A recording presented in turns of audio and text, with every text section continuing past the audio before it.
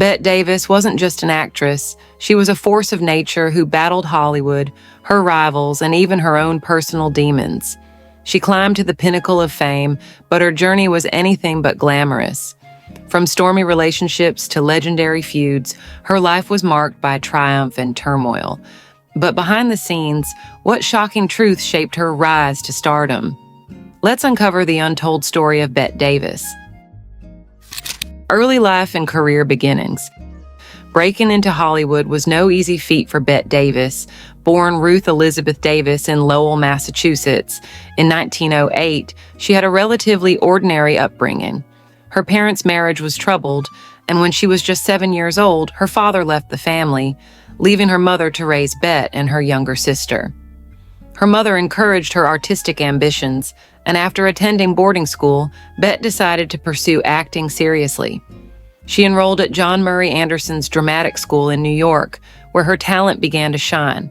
Her stage debut came in 1929 in the play The Earth Between, and soon after, she caught the attention of Hollywood talent scouts. However, her transition to the silver screen was far from smooth. In 1930, she moved to Hollywood to screen test for Universal Studios, brimming with hope and excitement. But that hope was quickly dashed. At the airport, she waited for hours for a studio executive who was supposed to meet her. Unbeknownst to her, the executive had already arrived and left. His reason? He reportedly didn't see anyone who looked like an actress. This harsh judgment stung, but it was only the beginning of the challenges she would face. Bette's early career was riddled with failures. Her first few films, including Bad Sister and Seed, failed to make an impact, and Universal dropped her contract. Critics weren't kind either, often commenting on her unconventional looks. Some went so far as to suggest she wasn't attractive enough to be a leading lady. But instead of letting these criticisms defeat her, Bette used them as fuel. Her persistence paid off when she signed with Warner Brothers in 1932, but even then, success didn't come easily. Rise to stardom. Bette's ascent in Hollywood was not without conflict or sacrifice. At Warner Brothers, she struggled to escape the mediocre roles they assigned her. Determined to prove herself, she took on a challenging part in Of Human Bondage in 1934, a role that showcased her raw talent. Her portrayal of the cruel and manipulative Mildred Rogers was a revelation. Audiences and critics alike were captivated, and although she didn't win an Academy Award, the role established her as a serious actress. Despite this breakthrough, Bette found herself constrained by the rigid studio system of the time. Warner Brothers wanted her to stick to formulaic roles that didn't challenge her or allow her to grow as an artist. Frustrated, she fought back, and in a bold move, she left for England in 1936 to work with a British studio. She believed this would give her the freedom to take on roles that suited her talents. However, Warner Brothers quickly sued her for breach of contract. The legal battle was grueling, and Bette ultimately lost the case. But her determination and defiance caught the public's attention, and it pressured Warner Brothers to renegotiate her contract. The new agreement gave Bette the creative control she craved. With this newfound freedom, she delivered one iconic performance after another, including her Oscar-winning role in Dangerous, 1935. Bette's ability to play complex, flawed, and sometimes unlikable characters set her apart from her peers. She wasn't afraid to take risks, and her willingness to push boundaries solidified her reputation as one of Hollywood's most talented actresses. But with success came new challenges. The demands of stardom were relentless, and the pressure to maintain her position at the top was immense. Bette's career was on the rise, but the battles she fought in her professional life were only a precursor to the turmoil she would face in her personal life. Turbulent marriages. Bette Davis's personal life was as dramatic as the characters she portrayed on screen. Her first marriage to Harmon Nelson was far from idyllic. Nelson, a musician, initially supported Bette's burgeoning career, but their relationship quickly soured. He was controlling and resentful of her success. To make matters worse, Nelson demanded that Bette terminate 2 pregnancies during their marriage, a traumatic and dangerous experience in the 1930s. These emotional scars left a deep mark on Bette. and it wasn't long before their relationship crumbled under the strain. Her second marriage to Arthur Farnsworth brought both happiness and heartbreak. Farnsworth, an innkeeper from New England, seemed like a stabilizing influence in Bette's life. However, their marriage was tragically cut short when Farnsworth collapsed on a Hollywood street in 1943 and died 2 days later. The autopsy revealed a mysterious skull fracture, raising questions about the circumstances of his death. Bette testified that he had fallen down the stairs weeks earlier, but the incident remains shrouded in mystery to this day.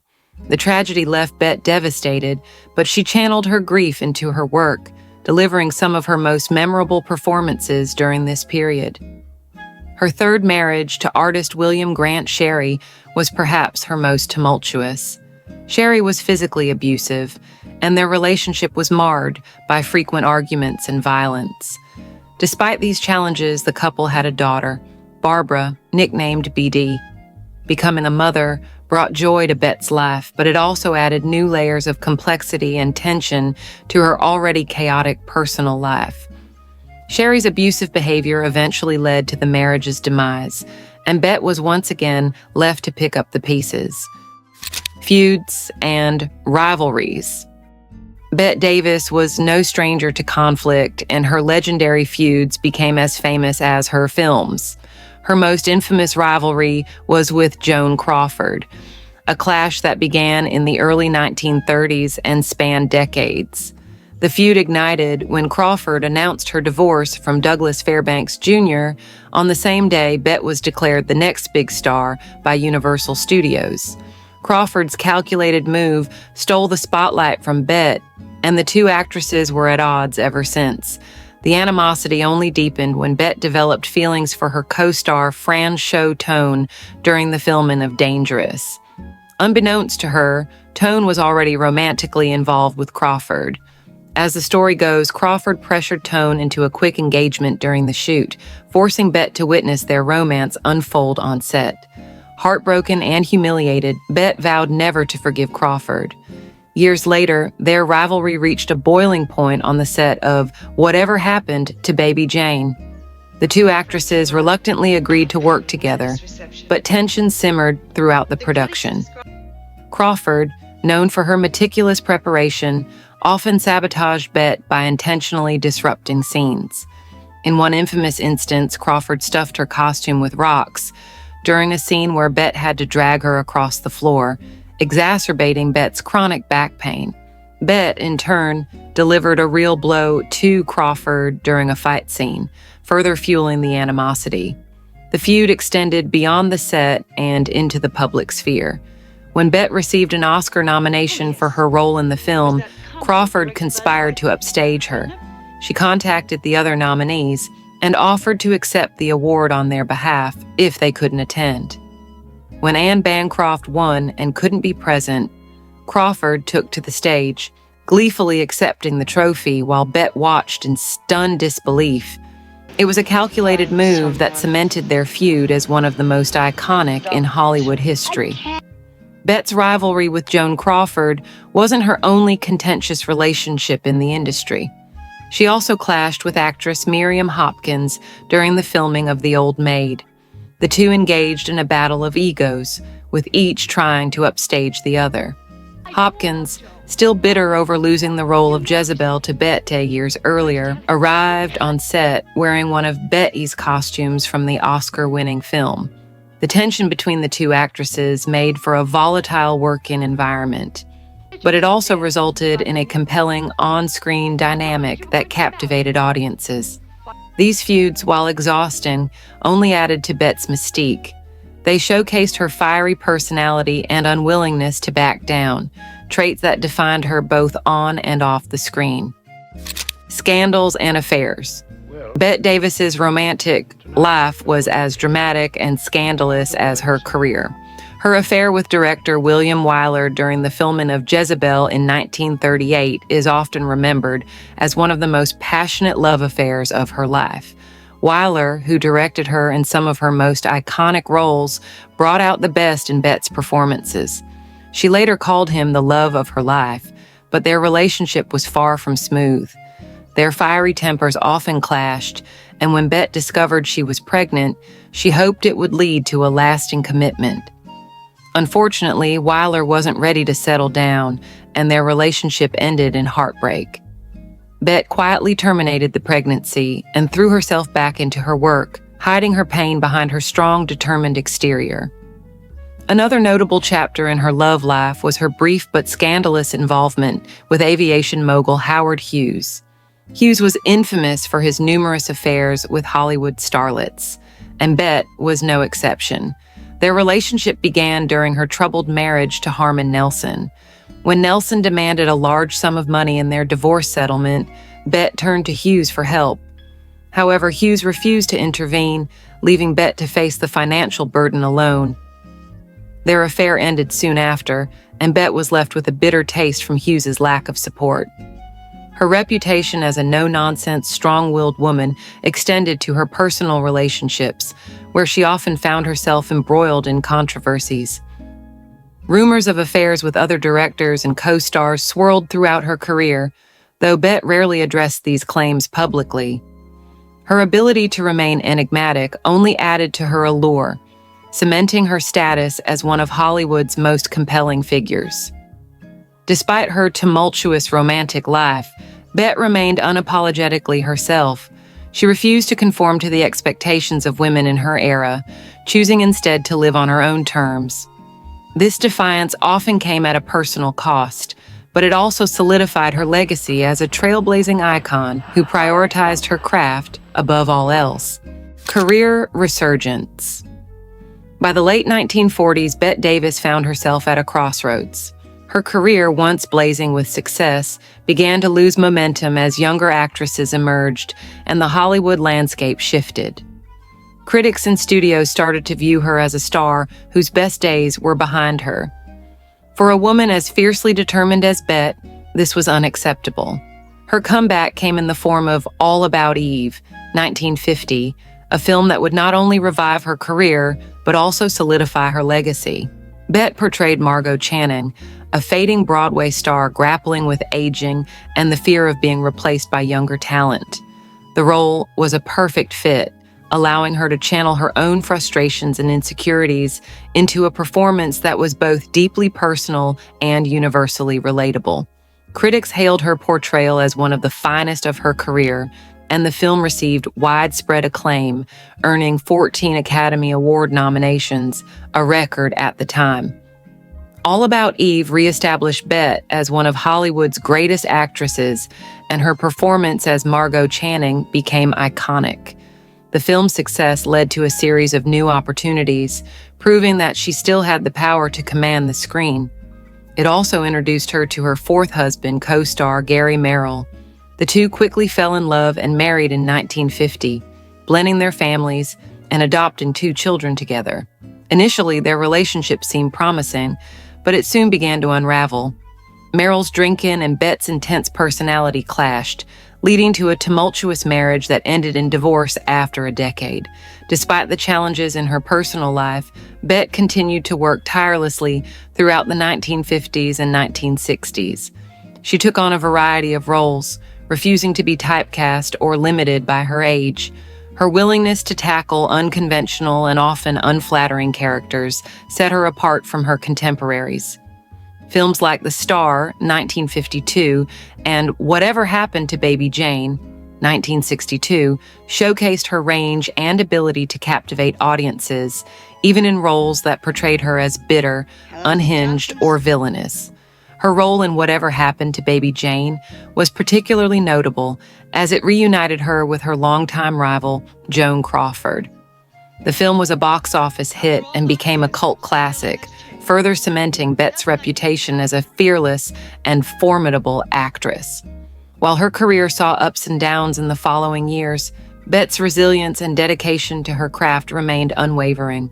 In her later years, she appeared in television roles and smaller films, continuing to act well into her 70s. Her indomitable spirit and refusal to fade into obscurity made her a symbol of perseverance in an industry that often discarded women once they reached a certain age. Through it all, Bette Davis proved time and again that she was a force to be reckoned with, both on and off the screen. Family troubles. While Bette Davis was revered as a cinematic legend, her family life was fraught with conflict and heartbreak. Her most publicized family drama involved her daughter Barbara, known as BD. In 1985, BD published a shocking tell-all memoir titled My Mother's Keeper, in which she accused Bette of being a neglectful and abusive mother. The book painted a damning picture of Bette as a raging alcoholic who humiliated her children and prioritized her career above her family. The allegations in BD's book deeply wounded Bette, who had always considered herself a devoted, albeit demanding, mother. She denied the accusations, calling the book an act of betrayal. The scandal created a media frenzy, with many speculating about the truth behind BD's claims. Bette's fans rallied to her defense, but the damage to their mother-daughter relationship was irreversible. Bette and BD never reconciled, and the estrangement haunted Bette for the rest of her life. Adding to her family woes was the tragic story of her adopted daughter, Margot. Margot had been diagnosed with brain damage early in life and required specialized care. Unable to provide the support Margot needed, Bette made the difficult decision to place her in an institution. Although she initially visited Margot regularly, her visits became infrequent as her career demands took precedence. By the time of her death, Bette's relationship with Margot had grown distant, and Margot was left out of her will entirely. The omission sparked controversy and raised questions about how Bette truly felt about her adopted daughter. Bette's son Michael, also adopted, remained loyal to her and inherited the bulk of her estate.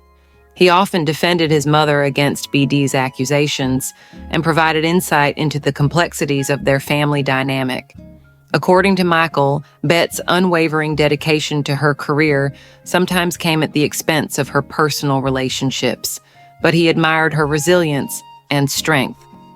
Despite the fractures in her family life, Bette Davis's legacy as a trailblazing actress remained untarnished.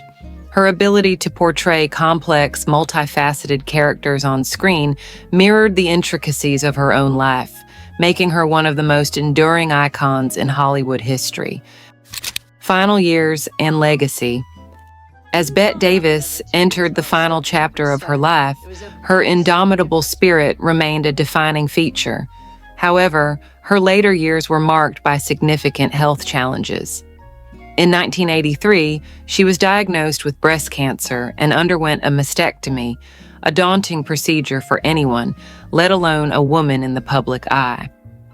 Shortly after her surgery, she suffered a series of debilitating strokes, which left her partially paralyzed and struggling to speak. Despite these setbacks, Bette refused to give in to despair. Her determination to keep going was evident when she returned to work, taking on roles that suited her new reality. Her performances in these later years were a testament to her unwavering dedication to her craft, even as her health declined. In 1987, she appeared in the film The Whales of August, alongside Lillian Gish, another Hollywood legend. The movie was a quiet and reflective exploration of aging, and Bette's portrayal of the prickly, independent Libby brought her critical acclaim. Behind the scenes, Bette's personal life continued to be tumultuous. The fallout from her daughter BD's memoir cast a long shadow over her final years. The pain of betrayal weighed heavily on her, but she remained steadfast in her refusal to publicly engage with the controversy beyond her initial denial of the claims. Instead, she focused on maintaining her independence and preserving her legacy. On October 6, 1989, Bette Davis passed away in Neuilly-sur-Seine, France, at the age of 81.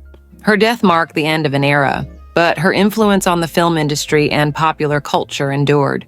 Her funeral was attended by numerous celebrities and admirers, a testament to the impact she had on those who worked with her and those who were inspired by her performances. In her will, Bette left her estate to her son Michael and her personal assistant, sparking further speculation about her relationship with her other children. Her decision to exclude BD and Margot from her inheritance was seen by some as a final assertion of control over her narrative. However, it also highlighted the complexities and challenges of her personal life, which were often at odds with her public persona. Bette Davis's legacy as one of Hollywood's greatest actresses remains unassailable. She was a pioneer who refused to conform to the expectations placed on women in the entertainment industry. Her willingness to take on challenging roles, her fierce independence, and her unapologetic personality set her apart from her peers and left an indelible mark on cinema history. Even today, her performances continue to captivate audiences, proving that true talent transcends time. As she famously said, "Old age is no place for sissies," and Bette Davis lived her life proving that she was anything but. Bette Davis's life was a symphony of passion, resilience, and rebellion against the odds. Her journey through Hollywood's golden age serves as both a cautionary tale and an inspiring narrative of triumph. She defied societal norms, carved her own path, and redefined what it meant to be a leading lady in a male-dominated industry. Her willingness to take on unflattering roles and her unrelenting pursuit of authenticity on screen set her apart as a true trailblazer. Through her iconic performances, fierce independence, and refusal to be boxed into societal expectations, Bette Davis remains a timeless symbol of strength and perseverance. Her legacy endures in every actress who challenges conventions, every role that embraces complexity, and every story that dares to show the truth of the human experience. Bette Davis didn't just leave her mark on Hollywood, she reshaped it, proving that talent, determination, and authenticity could overcome even the toughest odds. As audiences continue to rediscover her work, they are reminded of her immortal words, "Fasten your seatbelts, it's going to be a bumpy night." With Bette Davis, every moment was a thrilling ride, and her legacy ensures she will never be forgotten.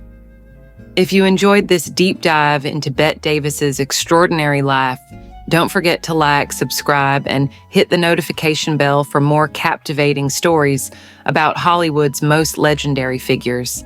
Thank you for watching. I'm not afraid. I'm not afraid, Mother.